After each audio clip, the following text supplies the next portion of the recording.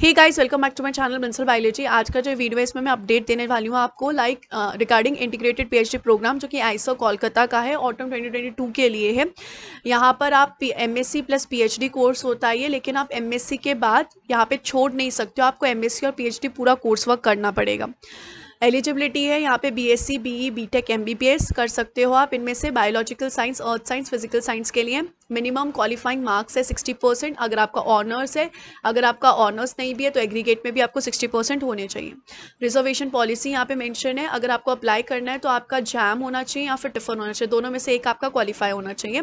अगर हम यहाँ पे देखें integrated PhD programme biological science के लिए आप अप्लाई करें तो आपके पास ये तो होनी चाहिए बैचलर्स इन सब में से किसी में, या फिर और प्लस आपके पास सपोर्टिंग सब्जेक्ट्स होने चाहिए, यानी कि आपके पास 12th क्लास में बायोलॉजी एंड मैथमेटिक्स होने चाहिए।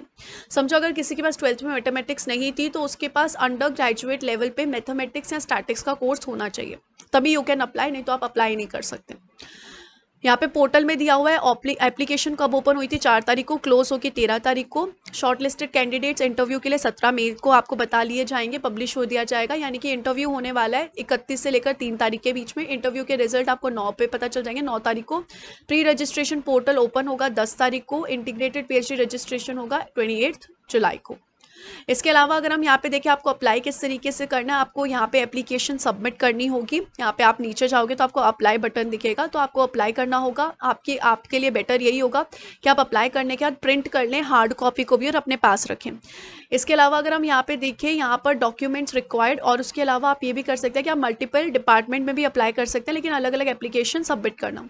डॉक्यूमेंट्स आपको क्या क्या चाहिए होंगे यहाँ पर आपने दिए हुए हैं। यहाँ पर आपको सॉफ्ट कॉपीज चाहिए होगी। The candidate selected for admission may need to upload the soft copies, मतलब जो कैंडिडेट सेलेक्ट हुए हैं उनको ये सारी सबमिट करनी पड़ेगी, ठीक है।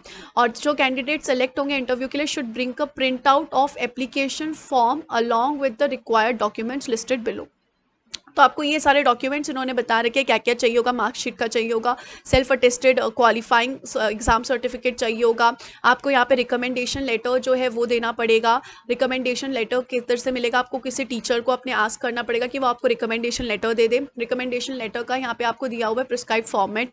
आपको candidates are suppose to provide the details of the referee in the application form, आपको अपने रेफरी का वो भी देना पड़ेगा डिटेल्स। उसके अलावा आपको क्वालिफिकेशन एग्जामिनेशन के बाद प्रूफ देना पड़ेगा, जैसे अगर आपका आईआईटी जैम है तो उसका स्कोर बोर्ड का आपको देना पड़ेगा प्रूफ। फोटो आइडेंटिटी देनी पड़ेगी, एज देनी पड़ेगी, स्टेटमेंट ऑफ पर्पस देना पड़ेगा आपको। इसके अलावा अगर हम यहाँ पे देखिए सिलेक्शन प्रोसीजर में सबसे पहले आपको शॉर्टलिस्ट किया जाएगा। जो वहाँ के इंस्टीट्यूट के जो भी फैकल्टीज़ होंगे वो आपके एप्लीकेशन फॉर्म को देखेंगे, उसके हिसाब से शॉर्टलिस्ट करेंगे। फिर email address of 2 teachers will be sort from the shortlisted candidate. The institute will finally declare the list of these selected candidates on the institute website. For candidate whose final examination marks are not available at the time of interview, admission of the program will be provisional.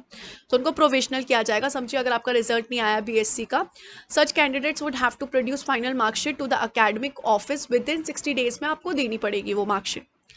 अगर हम यहाँ पे देखिए for any additional query, आप इनको mail query send to any other email address नहीं लिया जाएगा, आपको इसी ईमेल एड्रेस पे यहाँ पे देना पड़ेगा।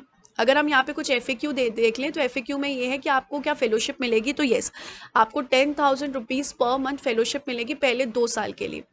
उसके बाद यहाँ पे आप पीएचडी करोगे तो पीएचडी में आपको क्या करना होगा, on successful completion of 2 years academic program and clearing the comprehensive examination for the PhD program, the student will be awarded with JRF and HRA। तो यहाँ पर पहले 2 साल हो गए, उसके बाद आपको comprehensive examination for the PhD clear करना पड़ेगा, उसके बाद आपको JRF दी जाएगी। हॉस्टल मैंडेटरी है, आपको हॉस्टल दिया जाएगा 2 साल के लिए। Is there any exit policy after masters degree, तो जैसे कि मैंने कहा यहाँ पे एबॉलिश कर दिया एग्जिट ऑप्शन का। यहाँ पे आपको इंटीग्रेटेड पीएचडी पूरी करनी पड़ेगी, आपको मास्टर्स भी करनी पड़ेगी, उसके बाद पीएचडी भी करनी पड़ेगी, आप एग्जिट नहीं कर सकते। अब अगर हम यहाँ पे देखें तो आपको अप्लाई कैसे करना है, आपको यहाँ पे जाना है अप्लाई ऑनलाइन पे। अप्लाई ऑनलाइन पे जाने के बाद आपको फुल नेम देना है, आपको अप्लाइंग फॉर बताना है कि आप किस चीज़ के लिए अप्लाई करो। जैसे कि मैंने कहा मैं इंटीग्रेटेड पीएचडी के लिए अप्लाई करूँ, बायोलॉजिकल साइंस के लिए। फिर आपको ईमेल देना है, आपको पासवर्ड देना है, टाइप ये जो आपको दिख रहा है ये देना और प्रोसीड करना। तो ये सब आपको प्रोसीड करके फिर आपको आगे फिल करना है इस फॉर्म को। तो अगर आप चाहते हैं आईएसओ कोलकाता से इंटीग्रेटेड पीएचडी करना तो आप ज़रूर अप्लाई करिएगा गाइस।